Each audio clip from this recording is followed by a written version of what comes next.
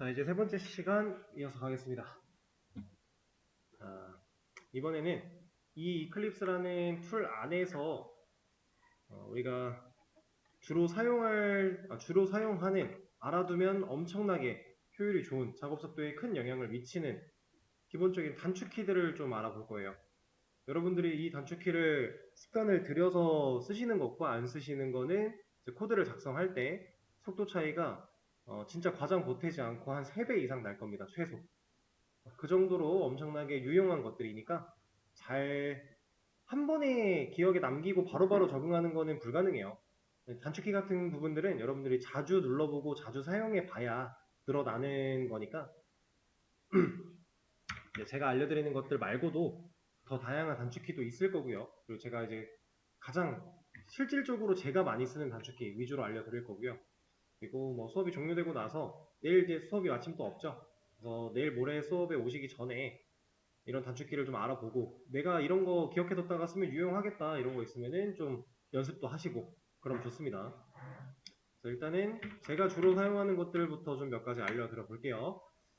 자, 여러분들이 만약에 지금 이런 코드 상황이라고 했을 때 이 출력 헬로 안녕이라는 출력문을 한 10개를 만들고 싶어요. 그럼 우리가 지금 단축키를 모르는 상황 속에서 할 수 있는 가장 쉬운 방법이 쉬프트랑 홈키 같은 거 이용해서 홈 엔드키 이런 거 이용해서 블럭을 한 번에 씌우거나 아니면 쉬프트 누르고 방향키 같은 거 눌러서 복사하시는 거죠. 그리고 복사한 내용을 붙여넣기 컨트롤 V 뭐 이런 식으로 하는 겁니다. 그죠? 이게 가장 이제 일반적인 방법일 것 같아요. 근데 저는 이렇게 할 거예요. 단축키를 사용하면 복사가 상당히 쉽습니다. 어떻게 한 거냐면 커서가 어디에 있는지는 사실 중요하지 않아요. 해당 내가 원하는 그 줄에만 존재하면 됩니다. 지금 제 커서는 이쪽에 위치를 하고 있고요. 뭐 얘가 여기로 가든 여기 중간에 있든 상관없어요. 내가 원하는 그 라인, 그 줄을 생각하시면 돼요. 그 줄은 여기 이제 줄 넘버, 라인 넘버들이 다 존재하고 있죠. 이 줄에다가 커서를 위치시킨 다음에 컨트롤, 알트, 그리고 위, 아래 방향키 아무거나 눌러보세요. 그러면 해당 줄이 위아래로 계속해서 복사가 될 겁니다. 엄청 유용한 기능 중에 하나고요. 컨트롤 C, 컨트롤 V 할 필요도 없고 그냥 그 줄 복사를 할 때 쓸 수 있는 엄청난 방식입니다. 자, 그리고 이번엔 이런 거 해볼 거예요. 자, 제가 이 녀석을 여기다가 위치시키고 싶어요. 이 녀석을 이쪽으로.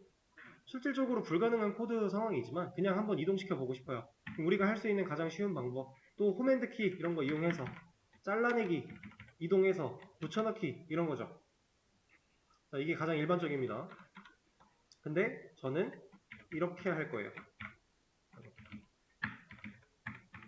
자, 다시 보여드릴게요. 이 상황이었는데 여기서 이 상황에서 얘를 이렇게. 자, 지금 이거는 Alt를 누른 상태에서 위아래 방향키입니다. 아까처럼 해당 줄을 이동시키는 거고요. Alt, 아까는 컨트롤 Alt였습니다. 복사가. 근데 이번엔 Alt만 누르고 위아래 방향키 해보시면은 내가 원하는 곳으로 이동시킬 수가 있다. 줄 이동에 관련된 단축키였어요. 자, 그리고 제가 보여드렸던 이 두 가지 기능은 이것도 적용이 가능해요. 자, 지금 보세요. 제가 커서가 어디에 있든지 중요하지 않다. 내가 선택한 라인이 움직인다라고 했죠. 근데 그 라인을 이렇게도 잡을 수 있어요. 자, 예를 들어서 제가 이렇게 라인을 잡았어요. 드래그를 해놨죠. 자, 그럼 이 상태에서 컨트롤 알트 아랫방향 키를 누르게 되면 5개가 한 번에 복사가 됩니다. 그리고 이 상태에서 Alt를 눌러서 움직이게 되면 한 번에 5줄씩 움직일 수 있어요. 자, 이때 중요한 건 블럭이 얼만큼 잘 씌워져 있냐 이게 아니에요. 내가 원하는 줄이 커서가 걸쳐만 있어도 그 줄을 같이 데리고 움직여요. 이렇게 줄 복사와 줄 이동에 관련된 단축키.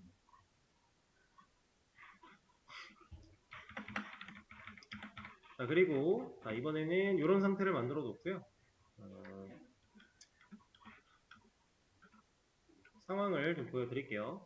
코드를 제가 만약에 이렇게 써놨는데 여기 출력문 사이사이에 있는 이 한 줄 띄어쓰기들이 좀 거슬려요. 그래서 이 한 줄을 지우고 싶습니다. 얘를 없애고 싶어요. 이 녀석을. 그래서 이 출력문들을 붙여버리고 싶어요. 자, 그러면 이때 여러분들이 할 수 있는 쉬운 방법. 자, 그냥 백스페이스 눌러서 여러 번 눌러서 이렇게 지울 수 있겠죠. 아니면 딜리트 버튼 여러 번 눌러서 지울 수 있을 겁니다. 자, 근데 저는 이제 이런 식으로 할 거예요. 그냥 줄을 지워버릴 겁니다. 이렇게. 자, 이거는 진짜 아주 유용하고요. 정말 많이 쓰이는 단축키 중에 하나인데 컨트롤 D예요. 내가 원하는 줄을 선택한 다음에 그 커서 어디에 있든지 동일해요. 내가 선택한 커서가 존재하는 그 라인을 지우는 겁니다. 라인 제거 컨트롤 D. 이거는 내용이 있든 없든 해당 라인을 지워주기 때문에 아주 유용하게 사용할 수 있습니다. 자, 이 녀석 또한 마찬가지 여러 블록을 선택해 놓고 예를 들어서 이런 식으로 선택해 놓고 컨트롤 D를 누르게 되면 내가 선택한 그 라인들 지금 4줄 선택되어 있죠? 이 녀석이 한 번에 제거가 됩니다. 이거 정말 엄청 유용하게 많이 쓰여요. 이렇게 안 하려면 Shift Home 이런 식으로 지워야 돼요. 이거 상당히 귀찮은 일입니다. 컨트롤 D. 자, 그리고 아까부터 제가 계속 사용하고 있던 건데 자, 저는 지금 컨트롤 Z 누르고 있어요. 되돌리기라고 하는 기능입니다. 내가 코드를 쓰다가 지웠다가 하는데 뭔가 살리고 싶어요. 전으로 돌아가고 싶어요. 그럴 때는 컨트롤 Z 누르시면 내가 아까 전에 입력했던 것들 저 지금 여기까지 돌아왔습니다. 메인 메서드 처음 만들었던 당시까지. 이게 없던 당시까지도 갈 수 있네요. 이게 항상 무조건 처음까지 갈 수 있다는 아닌데 어느 정도 수준까지는 도달할 수 있으니까 컨트롤 Z. 자, 근데 지금 다 지워버렸죠? 나 다시 다 살리고 싶어요. 그럼 어떻게 하냐? 컨트롤 Y 누르시면 됩니다. 자, 제가 지금 꾹 누르고 있는데 꾹 누르지 않고 한 번씩 누르면 한 단계씩 뒤로 갔다가 앞으로 왔다가 뒤로 갔다 앞으로 왔다 할 수 있고요. 컨트롤 Z와 컨트롤 Y 되돌리기 기능과 앞으로 가기 기능입니다. 이거는 이제 일반적인 문서 편집 같은 툴에서도 보통 사용하는 단축키들이니까 흔하게 경험해 보셨을 수 있는 녀석들이고요.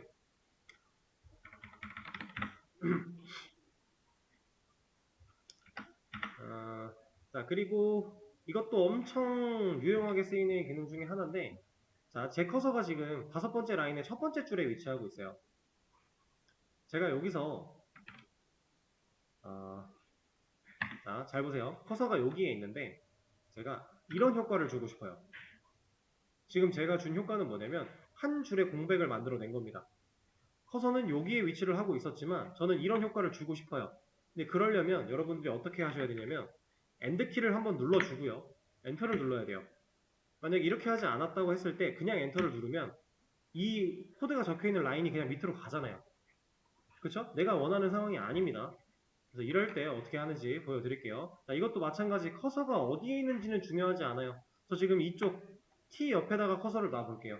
여기서 그냥 엔터 누르면 당연히 이렇게 글자를 쪼개서 줄을 바꿔요. 근데 이거는 우리가 원하는 상황이 아닙니다. 그래서 어떻게 하냐? 저는 Shift 엔터를 누를 겁니다. 그러면 내 커서 위치랑 상관없이 다음 줄로 커서를 바꿔버려요. 근데 다음 줄로 갈 때 그 한 줄을 생성하면서 지나가게 됩니다. 우리가 작업을 하다 보면은 커서가 뭐 이런 식으로 위치를 하고 있는데 밑으로 내려가고 싶어 이렇게 하면 돼요. Shift 엔터.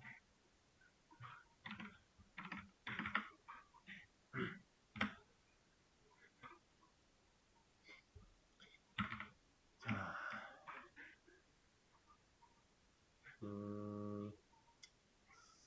그리고 자, 이번엔 이런 거 보여드릴게요. 그냥 이거 줄수를 좀 늘려놓고요. 자, 코드가 이렇게 있는데 예를 들어서 제가 4번째 출력문인 이 녀석을 주석을 걸고 싶어요. 자, 우리가 REPL에서 주석 걸 때 슬래시 2개 붙이는 거 기억나시죠? 자, 이 녀석도 동일하게 슬래시를 2개를 붙이면 주석이 걸립니다. 근데 REPL에서 단축키가 뭐였어요? 컨트롤 슬래시였죠. 자, 이 녀석도 동일하게 그게 먹어요. 여기 상태에서 다시 컨트롤 슬래시 하면 해제까지 동일하게 먹습니다. 자, 이것도 주석을 걸 수 있는 방법 중에 하나고요. 또 있어요. 컨트롤 쉬프트 C를 누르시면 얘도 그 해당 라인을 주석을 걸어버립니다. 자, 풀 때도 마찬가지 컨트롤 쉬프트 C 다시 누르시면 해당 줄의 주석을 풀어줘요. 자, 그럼 여러 줄을 주석을 한 번에 거는 상황을 얘기를 드려볼게요. 자, 이런 식으로 블럭을 막 씌워놓은 상태에서 컨트롤 슬래시를 누르시게 되면 어쨌든 이 커서가 지나갔던 자리에 있는 라인들은 모두 다 주석이 한 번에 걸리죠. 풀 때도 역시 마찬가지고요. 근데 이 녀석은 컨트롤 쉬프트 C도 동일합니다. 이렇게 왔다 갔다 할 수 있고요. 자, 근데 우리가 이 두 가지 방법은 거의 동일하다라고 느끼셔도 되는 건데 얘는 좀 달라요. 제가 지금 컨트롤 쉬프트 슬래시를 눌렀습니다. 그랬더니 주석이 좀 다른 형태로 되었죠. 자, 이거는 라인 주석이 아니에요. 내가 원하는 영역 주석입니다. 영역을 드래그한 만큼만 주석이 걸린 거예요. 이만큼 영역을 드래그 했으면 컨트롤 쉬프트 슬래시를 누르게 되면 그 영역만큼만 주석이 걸리게 된다. 전혀 다른 기능입니다. 그리고 해당 주석을 풀 때에는 얘는 컨트롤 쉬프트 슬래시가 아니에요. 안 풀려요. 얘는 컨트롤 쉬프트 역 슬래시를 눌러줘야 풀립니다.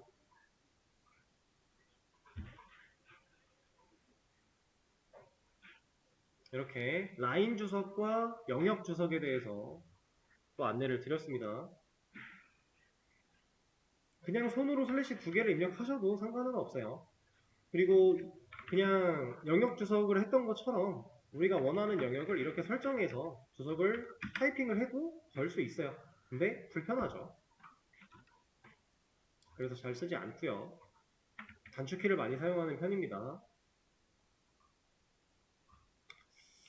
자, 그리고 여러 개가 떠 있는 김에 이것도 알려드리도록 하죠. 자, 저는 어떠한 키를 눌러서 여기로 들어올 겁니다.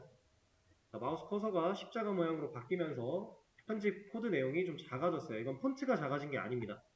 자, 지금 저는 어떤 상태에 들어와 있는 거냐면 다중 편집 모드에 들어와 있는 거예요. 자, 이 다중 편집 모드 같은 경우는 Alt Shift A입니다.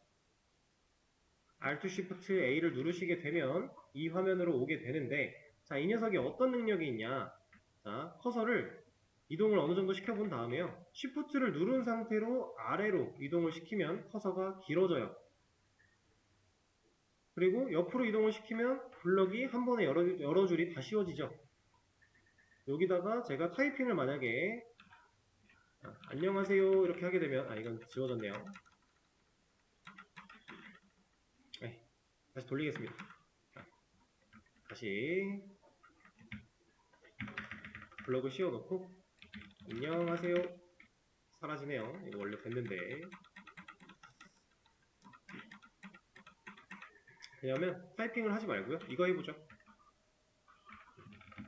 이렇게 블럭을 씌워놓고 한 번에 백스페이스를 누르면 지워집니다. 그러니까 이런 식으로 다중 편집, 한 번에 여러 줄을 편집할 수 있는 모드로 들어왔다. 자, 근데 여기서 나가는 방식이 ESC 같은 게 아니에요. 똑같이 들어왔던 키를 한 번 더 눌러주셔야 나갈 수 있어요. Alt Shift A를 누르시면 또 빠져나갈 수가 있고요. 자, 근데 여기 잘 보시면은 마우스가 십자가죠. 이 십자가로 드래그를 해도 블럭을 씌울 수 있습니다. 이렇게도 가능해요. 다중 편집 모드. 이상하네.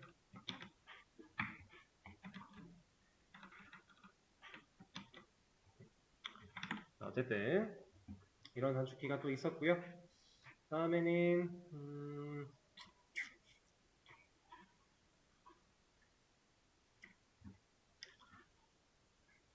이거 알려드릴게요. 지금 당장은 사실 여러분들이 쓸 일이 딱히 없겠지만 이제 나중에 개념을 좀 더 많이 배우고 나서 클래스 파일들을 만들게 되면 여러분들이 앞으로 이제 이런 단축키도 많이 써야 돼요. 뭐냐면 이거는 화면 보세요. 제가 강제로 클래스를 좀 여러 개를 만들어 놓겠습니다.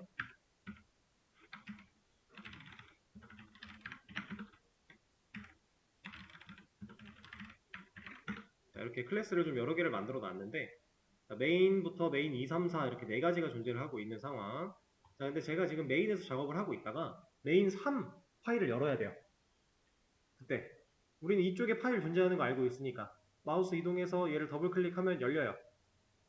이게 가장 여러분들이 생각하기 쉬운 방식 중에 하나죠. 근데 우리는 마우스를 최대한 안 쓰기로 했습니다. 그래서 컨트롤 쉬프트 R을 누르게 되면 오픈 리소스라고 하는 창이 나오는데 여기에 내가 원하는 파일명을 입력을 하시면 나옵니다. 입력하는 과정을 보셔서 아시겠지만 적당히 타이핑하면 나와요. 그냥 이거 가지고 내가 원하는 파일 골라서 엔터 치면 열립니다. 이게 오픈 리소스. 근데 여기서 이걸 사용하실 때 좀 조심하셔야 되는 게 뭐냐면 컨트롤 시프트 R을 누르면 오픈 리소스인데 컨트롤 시프트 T를 누르면 오픈 타입이에요. 이게 뭔 차이가 있지? 자, 여기다가 메인을 한번 입력을 해볼게요. 여기도 나오는데 무슨 차이가 있을까요? 얘는 이제 타입이라고 해서 여러분들 나중에 배우실 개념 중에 하나인데 얘는 클래스 파일만 찾아줍니다. 근데 그 클래스 파일도 우리가 생각하는 일반적으로 내가 원하는 파일을 찾아서 연다의 느낌과는 조금은 다른 방식이에요. 이렇게 해도 이렇게 하면 못 연다 이런 건 아니지만 열 수는 있지만 여러분들이 실제로 코드 파일을 열고 싶을 때는 컨트롤 시프트 R을 눌러서 여는 게 맞아요. 그래서 만약에 오픈 타입으로 열렸다면 내가 뭔가를 검색했을 때 제대로 안 나올 수도 있다는 거.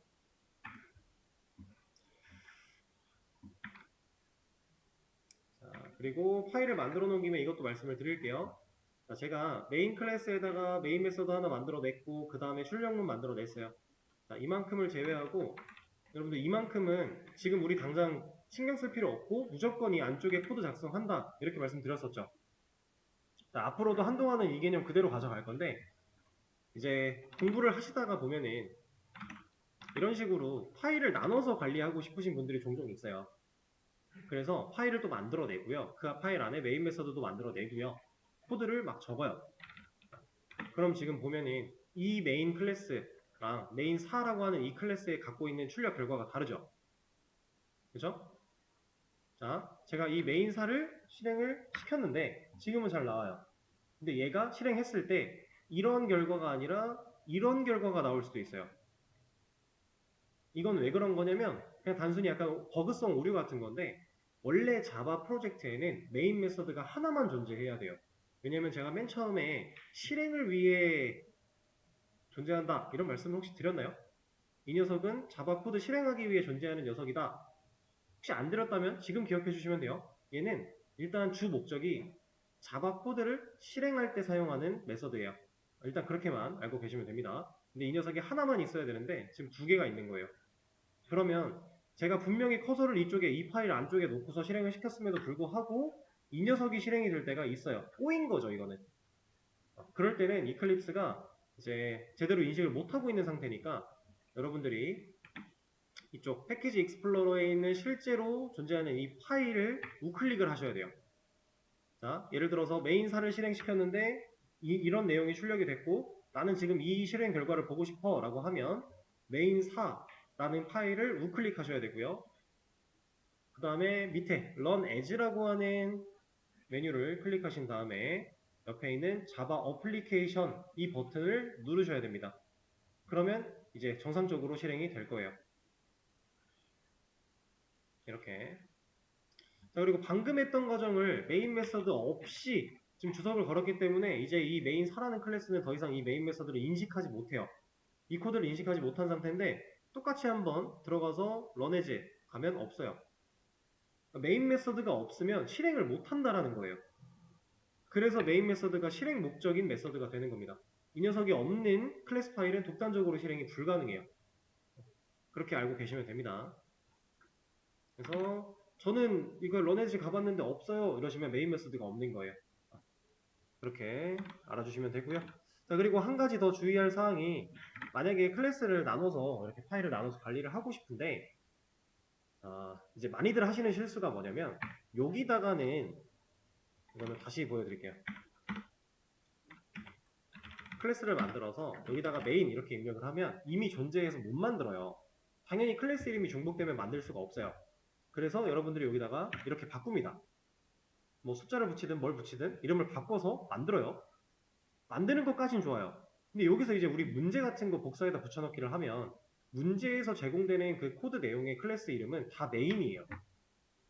그럼 여러분들이 실제로 이 파일은 메인2로 만들어 놓고 이 코드는 메인인 상태로 실행을 하시는 분들이 되게 많았어요. 그럼 당연히 지금 빨간색 에러 뭐라고 하죠. 그렇죠? 이거는 정상적으로 테스트를 못하는 겁니다. 실행이 안 되는 상태니까. 이럴 때는 여러분들이 뭘 확인하셔야 되냐? 일단 에러가 나서 밑줄이 빨간 줄이 그어져 있으면 그 내용부터 보세요. 마우스 올려서 보세요. 그럼 얘가 뭐라고 합니다. 그럼 이거 판단해서 아, 지금 내 문제가 뭐구나 이렇게 생각하시면 돼요. 당연히 해석이 안 되면 구글 번역기로 가져가셔서 뉘앙스를 파악하시면 되고요. 완벽한 해석 필요 없어요. 얘가 뭐라고 하는 느낌인지 그런 그 뉘앙스 정도만 파악을 하신 다음에 수정을 하시면 됩니다. 자, 그리고 이번에는 이거 한번 말씀드려 볼게요. 마우스 올린 상태에서 자, 아까는 이런 게 없었어요. 신텍스 에러를 봤을 때는 이런 게 없었는데 지금은 이 메시지 말고 이 밑에 뭔가가 생겼습니다. 여기를 잘 보시면 숫자 1, Quick Fix Available 이라고 되어 있어요. 얘는요, 이제 이클립스가 자바를 기반으로 이제 언어를 판단했을 때 빠른 수정이 가능하게끔 자동 완성을 제공하고 있는 거예요. 그래서 이 녀석이 지금 어떤 기능을 하는지 보면 rename type to main 2죠. 그러면 이 클래스의 이름을 main 2로 바꿔줄까? 라고 하는 거예요. 바꿔주겠어? 라고. 그럼 우리가 이걸 클릭하면 자, 이 녀석을 클릭하면 main 2로 바뀝니다. 그러니까 이런 식으로 자동으로 에러 상황을 해결해주는 퀵픽스라고 하는 기능 중에 하나인데 자, 여러분들이 한동안은 이 퀵픽스를 쓸 일이 거의 없을 거예요. 왜냐면 제가 앞으로도 많이 강조를 드리겠지만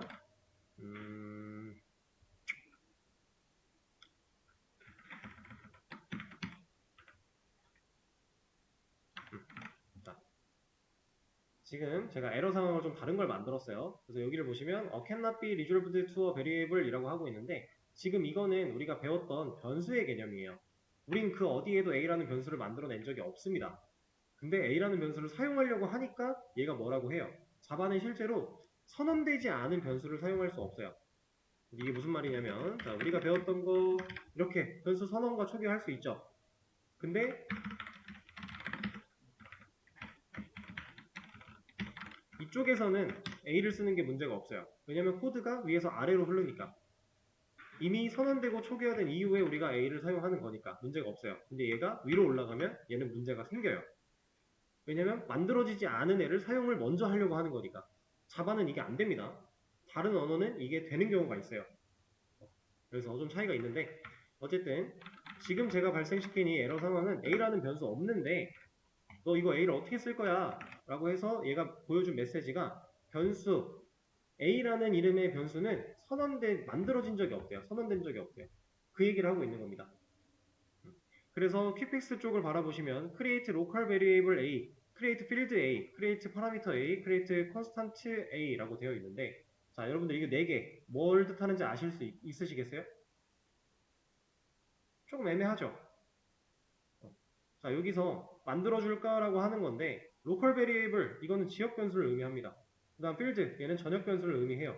자 parameter 얘는 매개 변수를 의미해요. 여러분들 이 개념 모르잖아요. 그쵸? 자 아무것도 모를 때 우리가 이런 것들을 이해하지 못했을 때 퀵픽스를 쓰기 시작을 하면은 코드는 산으로 가요. 올바른 해결법을 적당히 골라서 사용을 못하니까. 그래서 지금은 안 쓸 거예요. 여러분들 에러 메시지만 보세요.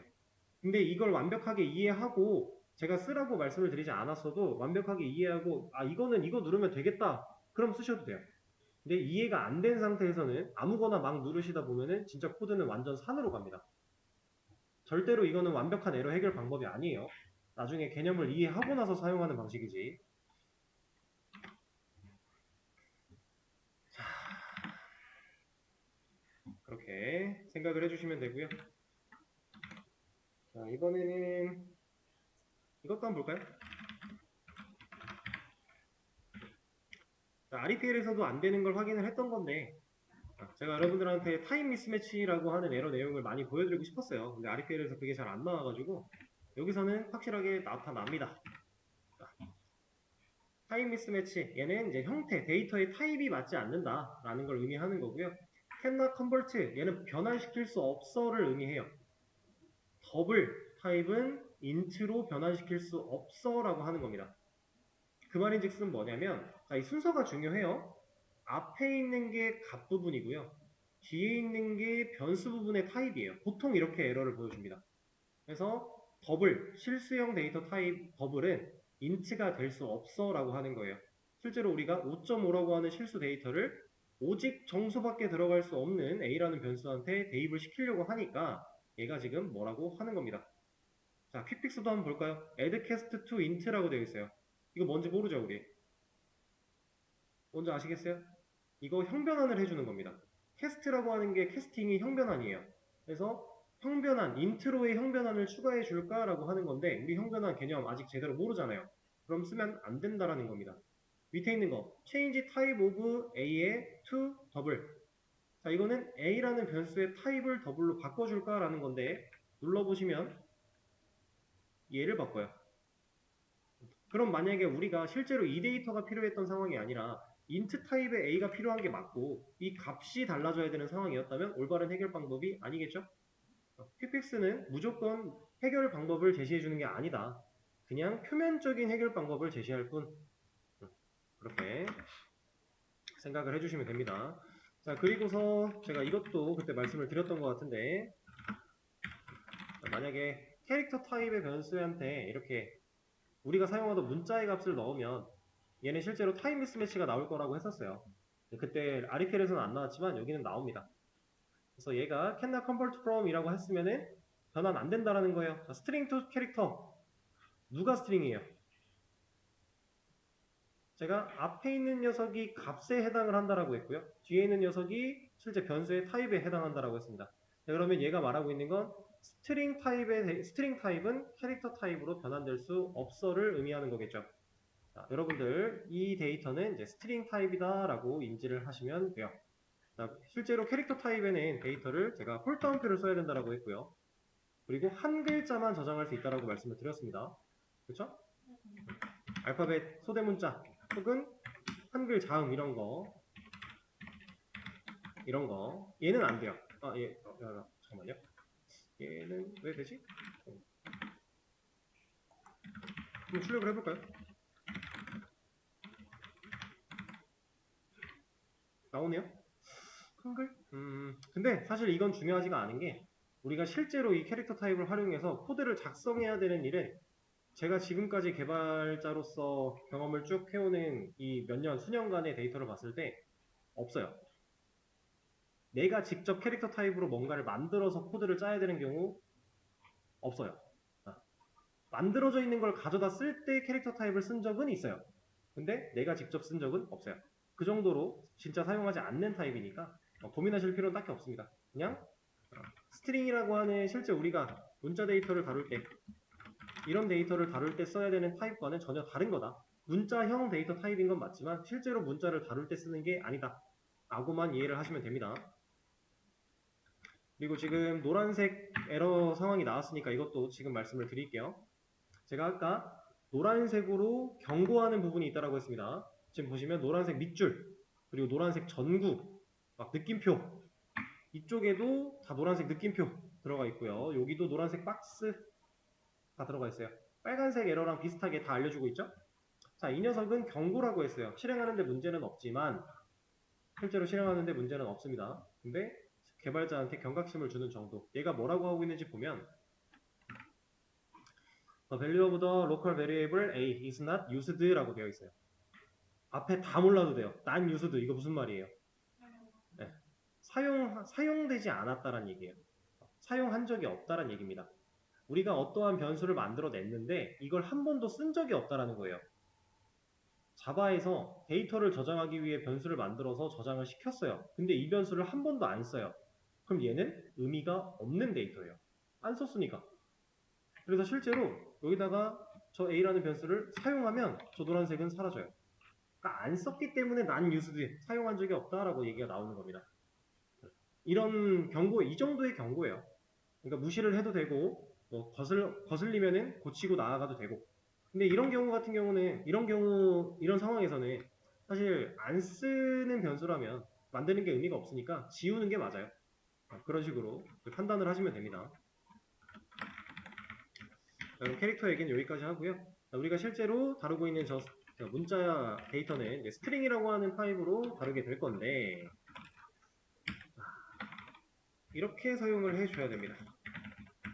우리가 출력문 안쪽에 쌍따옴표로 넣던 이런 데이터들은 사실상 다 스트링 데이터 타입이었어요. 처음 나오는 데이터 타입이죠. 자, 스트링.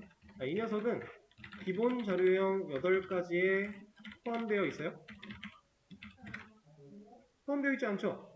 우리는 캐릭터, 바이트, 쇼트, 인트, 롱, 플로터블, 불린 이렇게 8가지만 기본 자료형인데 그 기본 자료형 8가지에 포함되어 있지 않습니다. 자, 기본 자료형 8가지를 제외한 모든 데이터 타입은 참조형 타입이라고 얘기를 합니다. 참조형 타입.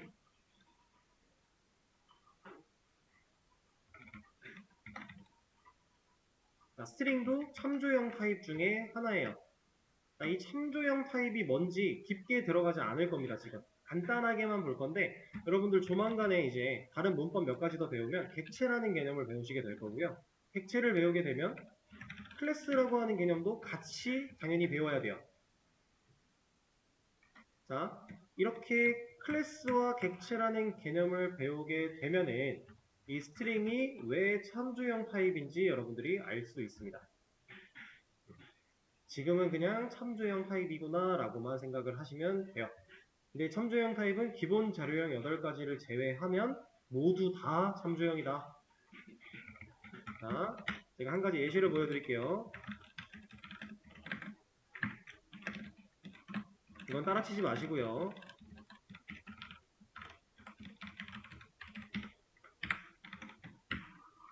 자, 제가 뭔가 코드를 작성했어요. 지금 이 부분 나중에 여러분들 객체라는 개념 배우게 되면은 당연히 배울 내용이지만 그 전에 여기 뒤는 신경 쓰지 마세요. 몰라도 돼요. 지금은 앞에만 볼게요. 자, SC 얘는 뭘까요? 이거는 변수예요. 변수. 우리가 변수 선언할 때 데이터 타입 적고 변수 명 적죠. 그리고 대입 연산자 오면 우변에 있는 값을 이 변수에게 넣겠다라는 개념이었잖아요. 그죠? 맞아요. 그런 개념으로 사용한 코드인데 자, ESC 변수 이름입니다. 어떤 데이터 타입의 변수예요? 이게 뭔진 모르겠지만 스캐너라고 쓰여져 있네요. 스캐너 데이터 타입이에요. 그럼 이 녀석은 기본 자료형 8가지 있나요? 없죠. 그럼 얘도 참조형 타입인 거예요. 지금은 일단 이 정도까지만 생각하시면 됩니다. 자, 그리고 여기 우리가 항상 출력문에 쓰고 있었던 이런 시스템 있죠. 얘도 참조형 타입입니다. 나중에 다 개념을 배우시게 될 거예요. 그래서 실제로 이 참조형 타입들은요. 실존하는 클래스가 존재해요. 지금 제가 뭐 한 거냐면 컨트롤 누르고요. 클릭한 겁니다. 그러면 이렇게 실제 이 녀석이 어디서부터 내려오는지 클래스 원본 파일을 열어볼 수가 있는데 여러분들은 이 파일 직접 열어보실 이유는 없고요. 이렇게 존재하는 녀석들이다. 그리고 이렇게 열린 녀석은 보시면 main.java가 아니라 이게 .java가 아니라 .class 확장자로 열려요. 그리고 이런 녀석들을 열 때 쓰는 게 아까 말씀드린 오픈 타입이에요. 여기다가 지금 아까 밑에 써드린 스캐너 같은 거 이렇게 입력을 하면 클래스 파일로 열 수 있습니다. 이 녀석도 참조형 타입이기 때문에 클래스가 있어요. 그리고 사실은 기본 자료형 타입 8가지도 클래스가 존재하기는 해요. 근데 조금은 다른 형태로 존재해요. 자, 제가 int 타입을 오픈 타입이라는 이걸 열어서 int를 적어봤는데 여기에는 소문자로 시작하는 클래스는 없어요. 근데 이건 당연한 얘기입니다. 왜냐면 우리가 클래스 만들 때 첫 글자 대문자 쓰기로 했잖아요. 그쵸? 근데 기본 자료형 8가지 생각해보시면 첫 글자 다 소문자예요. 그죠? 자바는 데이터 타입으로서 사용을 하기 위해서는 무조건 클래스가 필요하다라는 조건이 있는데 이 기본 자료형 8가지는 조금은 다른 형태로 만들어져 있습니다. 그래서 이렇게 입력을 했을 때 정확하게 일치하는 클래스가 나오지 않는 거예요. 그래서 이런 차이가 있는데 이거는 이제 뒤에 가서 이런 내용들을 배우다 보면은 제가 좀 부가적인 설명으로 또 드릴 거니까 일단은 스트링은 참조형 타입이다. 뭘 참조하고 왜 참조형이라는 단어를 썼는지는 나중에 말씀을 드리도록 하죠. 자, 그러면 이 결과 한번 예상해 볼까요?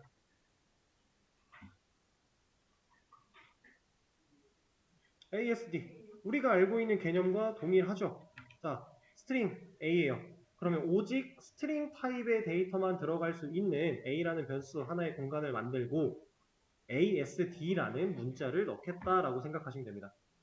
그리고 그 A라는 변수가 가지고 있는 값을 지금 값으로서 활용을 했기 때문에 이 자리는 문자 ASD가 그대로 들어갔다라고 보시면 돼요. 자, 이만큼의 값이 치환되어 들어가고 들어간 결과를 컴퓨터는 출력했다. 이렇게 생각하시면 됩니다. 지금 이거는 이 연산의 과정과 동일하다라고 보시면 되겠죠. 자, B에 들어있는 값이 5기 때문에 컴퓨터는 이 녀석을 치환을 할 거고요. 그 치환된 결과를 출력하는 거였죠. 얘도 동일. A가 들어있는 값을 이 자리에 치환되어 남기는 거고요. 이 녀석을 출력한다. 개념 어렵지 않죠? 자, 이게 기본적인 스트링 사용 방식이에요. 우리가 사용하던 인트 타입 똑같아요. 다를 게 하나도 없습니다. 그냥 이렇게 데이터 타입 적고 변수명 적으면 선언한 거고요. 얘도 당연히 이거 가능해요. 선언과 초기화를 분리하는 과정 당연히 가능합니다. 그래서 우리가 배운 변수의 개념에서 달라지는 거 하나도 없고 데이터 타입만 다르다. 근데 이 타입이 참조용 타입인데 문자들을 다룰 수 있는 타입이다. 캐릭터는 한 글자만 담을 수 있었는데 이 녀석은 글자 수의 제한이 없다고 봐도 된다. 이렇게 일단은 생각을 해주시면 됩니다. 지금 방금 제가 없다고 봐도 된다라고 했어요. 그 말은 제한이 없진 않다는 얘기예요. 우리가 실제로 이 제한에 걸릴 만큼의 문장을 쓸 일이 없기 때문에 이렇게 표현을 하는 겁니다. 그리고 이 녀석은 이제 추가적인 개념, 나중에 객체 배울 때 또 얘기가 나올 거예요. 근데 얘는 문자열이라고 표현을 합니다. 이 스트링 타입의 데이터는 문자열이라고 표현을 해요. 문자열 데이터다라고. 근데 이 문자열이 무슨 말이냐면 문자 배열이란 뜻이에요. 근데 이 배열이라는 것 자체를 우리가 아직 배우지 않았기 때문에 나중에 배열을 배울 때 다시 한 번 더 얘기를 드리게 될 겁니다. 그래서 제가 만약에 수업을 진행하면서 스트링 타입의 데이터를 가지고 이 문자열, 해당 문자열 뭐 이런 식으로 표현을 한다면 그냥 이런 데이터를 표현한다라고 생각하시면 돼요. 이렇게. 자, 47분. 시간이 얼마 안 남았는데 요거까지만 빠르게 보여드릴게요. 지금 이거 안 따라치셔도 되고요. 자, 이거 결과 한번 예상해 볼까요? 이거 우리 했던 건데. 그쵸? 자, 이거 변수에 ASD 들어갔는데, 자, 이 녀석은 공간으로서 활용이 됐고, 얘는 값으로서, 얘도 값으로서 활용이 되고 있어요.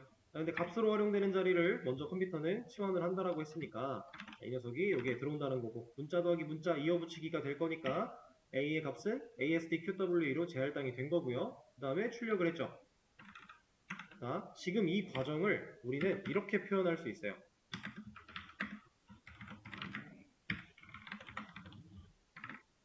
이거랑 완벽하게 동일한 말이에요.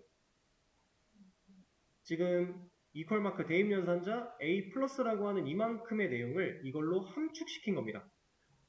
자바에서는 이렇게 사용할 수 있게끔 만들어져 있어요. 자, 실제로 실행 결과는 우리가 예상했던 결과랑 동일해요. 자, 이거 주석 걸고 여기 풀어도 동일한 결과가 나옵니다. 이렇게. 자, 그러면 이렇게 하면요. ASD, QWE, TYU까지 나오는 거예요. 이해되실까요? 자, 이 녀석 여기서 들어가면 합쳐질 거고, 그럼 여기까지 코드가 완료가 되면 ASD, QWE라는 값이 A한테 들어있게 될 거고요. 그다음 밑에 줄에서 코드가 이만큼을 또 추가하니까 이거는 결국 이 코드랑 다를 게 없었으니까 모양이 그러면 이거 한 거잖아요. 그죠? 그러면 다 이어 붙는다. 이런 결과가 나온다. 여기까지 이런 식으로 표현할 수 있다라는 거, 이만큼의 의미가 이걸로 함축시킬 수 있다. 실제로 우리는 이걸 더 많이 활용을 합니다. 이거 쓰는 경우 없어요. 귀찮잖아요. 풀어 쓰는 거. 그래서 이거 잘 활용하지 않으니까 이 개념. 그리고 이 개념은 사실 수업 페이지에 여러분들 여기 올라가 있었습니다. 등감연산자라고 하는 부분에 지금 위에 있는 이 두 줄을 제외하고 이만큼의 내용이 방금 그 내용과 동일한 내용이에요. 여기는 지금 플러스가, 제가 알려드린 플러스가 존재하고 마이너스도 똑같은 개념으로 존재한다라는 거. 자, 일단은 오늘 내용은 이 정도까지 하도록 하고요. 내일 이제 수업이 없죠. 내일 이클립스 단축키 같은 거 많이 연습하고 오시면 좋을 것 같아요. 그리고 내일 모레 목요일 수업에서는 이제 여러분들 반복문을 배우기 위한 초석부터 가져나가기 시작을 할 겁니다. 그래서 이제 또 새로운 문법 배워 나갈 거니까 오늘까지 진행한 내용들은 내일 다 끝내고 와주시는 게 좋습니다. 그러면 수업은 여기서 마무리하도록 할게요. 고생하셨어요.